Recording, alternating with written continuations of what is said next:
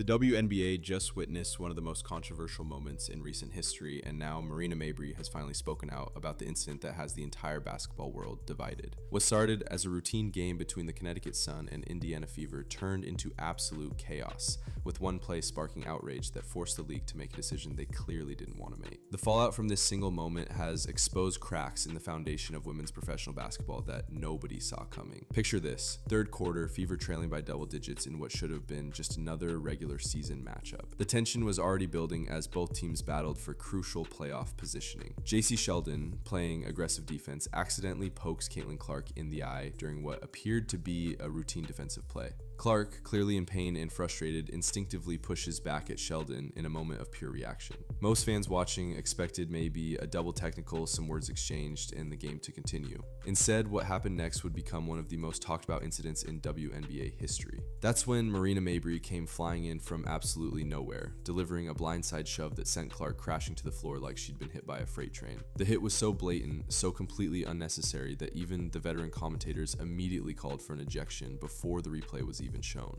Clark was completely defenseless, not even looking in Mabrey's direction when the contact happened, making this look less like basketball and more like assault. The crowd erupted instantly, with fans jumping to their feet in disbelief, but somehow Marina walked away without even a second glance from the officials, who seemed to be watching a completely different game. The replay showed just how dirty this play really was. Mabrey had to go completely out of her way to make contact with Clark, who was standing several feet away from the actual basketball action.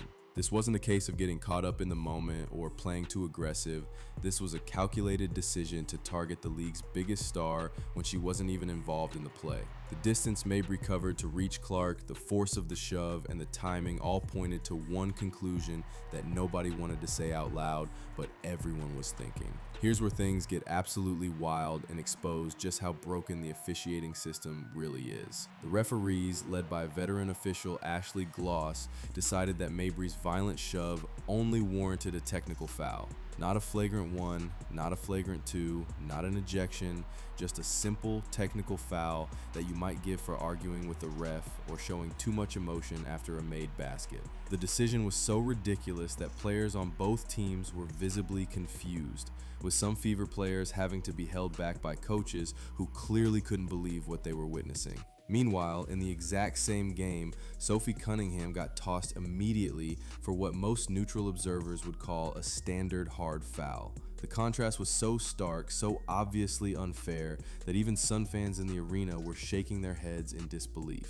Cunningham's foul was the type of play you see dozens of times every season, aggressive but within the bounds of competitive basketball. Mabrey's hit looked like something you'd see in a street fight, yet she got to stay in the game while Cunningham was walking to the locker room. The double standard was so obvious that fans started questioning whether the refs were even watching the same game or if there was some kind of memo sent out protecting certain players. Social media exploded with side-by-side comparisons showing just how much worse Mabrey's hit was compared to plays that resulted in immediate ejections throughout the season. Former players, current analysts, and even casual fans who rarely comment on officiating were all saying the same thing. This was the worst missed call they'd ever seen at the professional level. The inconsistency didn't stop there either.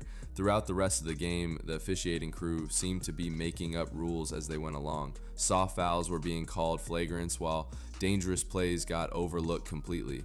Players on both teams were visibly frustrated, not knowing what would or wouldn't be called from one possession to the next. The game turned into a free-for-all where nobody understood the rules, least of all the people being paid to enforce them. But the real controversy was just beginning. The WNBA knew they had a massive problem on their hands that wasn't going away. Less than 24 hours after the game ended, with social media still in full meltdown mode and sports commentators calling it the worst officiated game in recent memory, the league quietly upgraded Mabrey's technical foul to a flagrant 2 on their website. No press conference, no dramatic announcement, no explanation for how they got it so wrong in the first place. Just a sneaky little update that basically screamed, "Our refs completely screwed this up, and we're hoping nobody notices how we're trying to fix it." This move was essentially the league publicly admitting that their officials, who are supposed to be the best in women's basketball, missed one of the most obvious ejectable fouls in recent memory. Think about how embarrassing this is for a professional sports league. They had to go back and change their own ruling because the original call was so bad that it threatened the credibility of the entire organization. The fact that it took public outrage, trending hashtags, and wall-to-wall coverage to force their hand raised serious questions about whether the WNBA actually stands behind their officiating, or if they just make decisions based on whatever creates the least amount of bad publicity. The timing of this reversal also raised eyebrows throughout the basketball community. Why exactly 24 hours? Was that how long it took for league executives to realize they had a PR disaster on their hands? Did they wait to see if the story would die down on its own before taking action? The whole situation reeked of damage control rather than genuine concern for player safety or competitive integrity. It felt like the league was more worried about their image than about getting the call right in the first place. Marina's response to the growing controversy has only made things infinitely worse and shown a complete lack of awareness about the severity of what happened. Instead of showing any remorse, taking responsibility, or acknowledging the dangerous nature of her play, she posted on social media with a defiant attitude that shocked even her harshest critics. Her Instagram story featured the phrase, "Damned if I do, damned if I don't," suggesting she felt unfairly targeted by the backlash and completely missing the point that people were upset about player safety, not her personality. The post came across as tone-deaf and arrogant, especially considering that Caitlin Clark could have been seriously injured by the unnecessary shove. Instead of apologizing or at least acknowledging that the play crossed the line, Marina doubled down with a victim mentality that had fans questioning her character both on and off the court. The message seemed to be that she didn't care about the consequences of her actions or the impact they had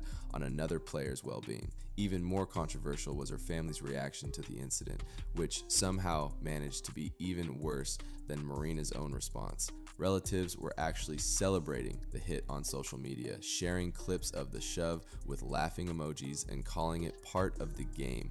Some family members even suggested that Clark had it coming and needed to toughen up if she wanted to play professional basketball. This coordinated response from Marina's inner circle suggested that the attitude problem went beyond just one player and was actually a family philosophy about how basketball should be played. The family celebration of what was clearly a dangerous and unsportsmanlike play sent shockwaves through the WNBA community. Former players spoke out about how this mentality was toxic to the sport and could lead to serious injuries if left unchecked. The idea that deliberately targeting an opponent away from the play was something to be proud of went against everything that competitive sports should represent. It showed a fundamental misunderstanding of the difference between playing hard and playing dirty. This tone-deaf response from both Marina and her family has fans questioning whether she understands the severity of what happened or if she even cares about player safety and sportsmanship.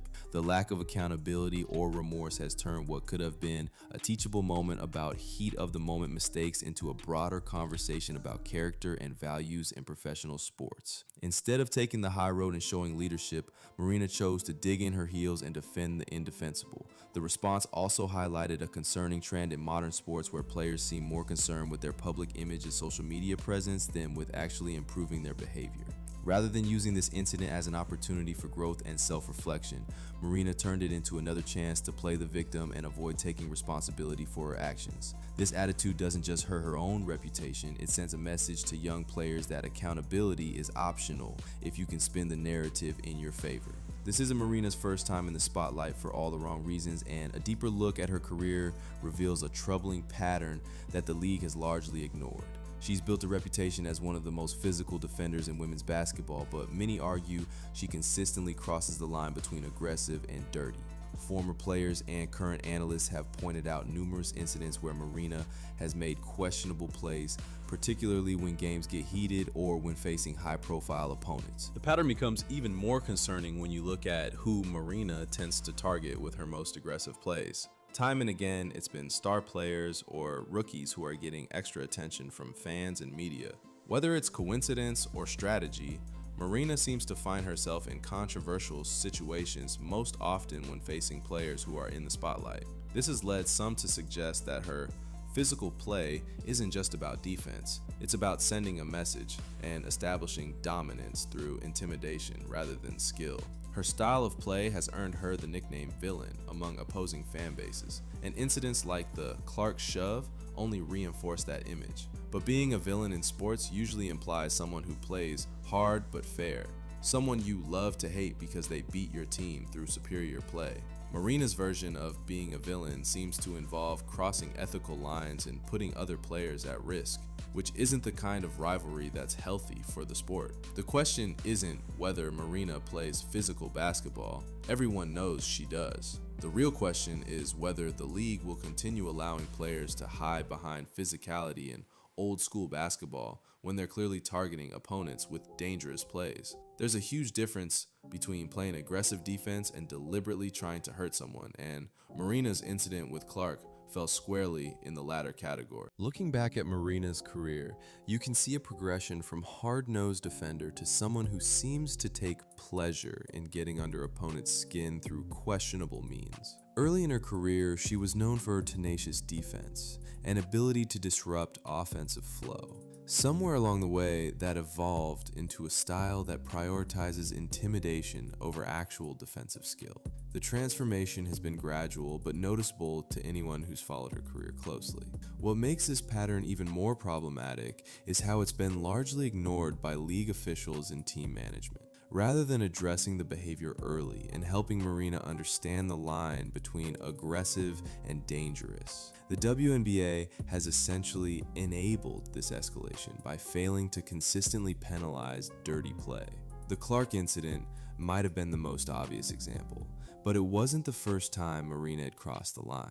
It was just the first time it involved the league's biggest star in front of a national audience. The real issue here goes far beyond one dirty play or one player's questionable attitude and strikes at the heart of what the WNBA wants to be as a league. The organization is experiencing a credibility crisis with their officiating that threatens to undermine the entire product they're trying to sell to fans. When people can't trust that the same standards apply to all players, when obvious fouls get ignored until social media forces action, the integrity of competition suffers in ways that can take years to repair.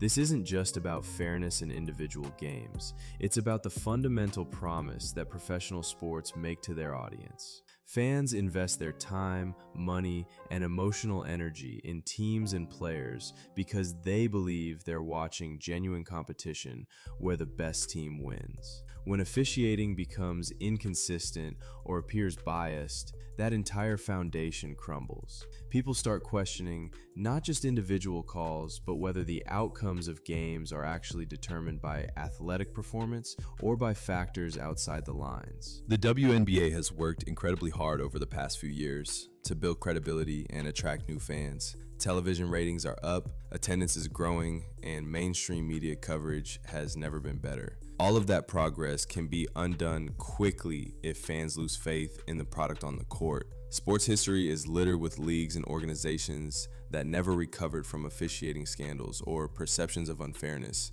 The WNBA can't afford to let that happen, especially not when they're finally gaining momentum. Caitlin Clark represents something even bigger than basketball success. She represents the future of women's basketball and its ability to reach mainstream audiences. Her college career brought unprecedented attention to women's sports, and her transition to the professional level has maintained that interest in ways nobody expected. She's bringing in fans who never watched women's basketball before, creating new revenue streams, and elevating the profile of every player in the league. Allowing players to target Clark with dangerous plays isn't just bad for her personally, it's terrible business for everyone involved in women's basketball. If Clark gets seriously injured because the league failed to protect her, the WNBA loses its biggest draw and potentially sets back the growth of women's sports by years. The ripple effects would be felt by every player, every team, and every person whose livelihood depends on the success of the league. This is why the Marina Mabrey incident is about so much more than one dirty play. It's a test of whether the WNBA will prioritize short-term player relationships over long-term league success. It's a question of whether they understand that protecting star players isn't favoritism, it's smart business. The NBA learned this lesson decades ago when they started protecting players like Magic Johnson and Larry Bird with stricter rules about flagrant fouls and unsportsmanlike conduct. The message that the WNBA sends with how they handle situations like this will determine what kind of league they become. Do they want to be known for skilled, competitive basketball, or do they want to be known as a league where dirty plays are tolerated as long as nobody gets seriously hurt? Do they want to attract families and casual fans, or do they want to cater to a smaller audience that views dangerous plays as just part of the game? These aren't abstract questions. They're fundamental business decisions that will shape the league's future. The broader implications extend beyond just the WNBA and into women's sports as a whole. If the premier women's basketball league can't maintain consistent standards and protect its players, what message does that send to young girls who dream of playing professional sports? What does it tell parents who are deciding whether to encourage their daughters to pursue basketball seriously?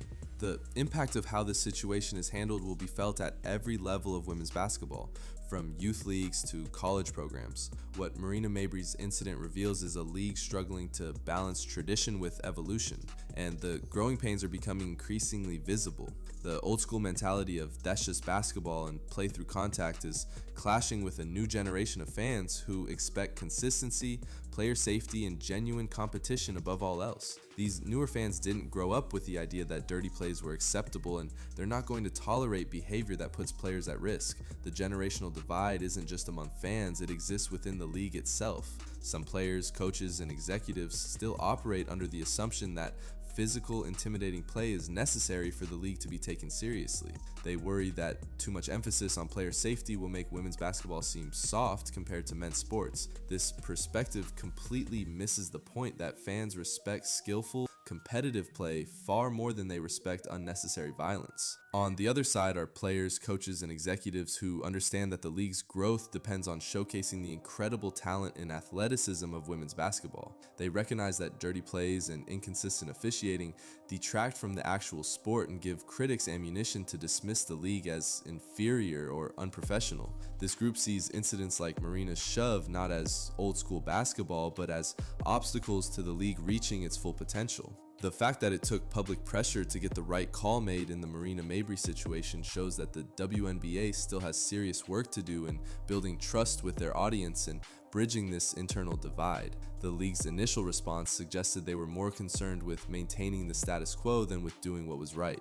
Only when faced with overwhelming criticism did they take corrective action, and even then it felt more like damage control than genuine leadership. This reactive approach to major incidents is exactly what undermines fan confidence and creates the perception that the league doesn't have strong leadership or clear values. Professional sports organizations need to be proactive in addressing problems, not reactive to public relations disasters. The best leagues in the world handle controversial situations swiftly and decisively, with clear communication about their standards and expectations. The WNBA's handling of the Mabrey incident fell far short of that standard. As the league continues to move and attract more mainstream attention, moments like these will define whether they can maintain credibility or if controversy will overshadow the incredible talent on display every night. The stakes couldn't be higher for women's professional basketball. This is their moment to establish themselves as a premier sports league that can compete for attention with any other professional sport. How they handle situations like the Marina Mabrey incident will determine whether they seize that opportunity or let it slip away. The path forward requires honest acknowledgement of the problems, swift action to address them, and clear communication about the league's values and standards. Fans need to know that the WNBA takes player safety seriously, that they'll enforce rules consistently regardless of who's involved, and that they're committed to showcasing basketball at its highest level. Without that foundation of trust and credibility, all the talent in the world won't be enough to sustain long-term growth and success. Marina Mabrey's incident with Caitlin Clark will ultimately be remembered as either a turning point where the WNBA stepped up and showed real leadership, or as a missed opportunity that highlighted ongoing problems with the league's culture and management. The choice of which narrative becomes reality is entirely in the hands of league officials, and their actions in the coming weeks and months will determine the future of women's professional basketball in ways they might not even fully understand yet.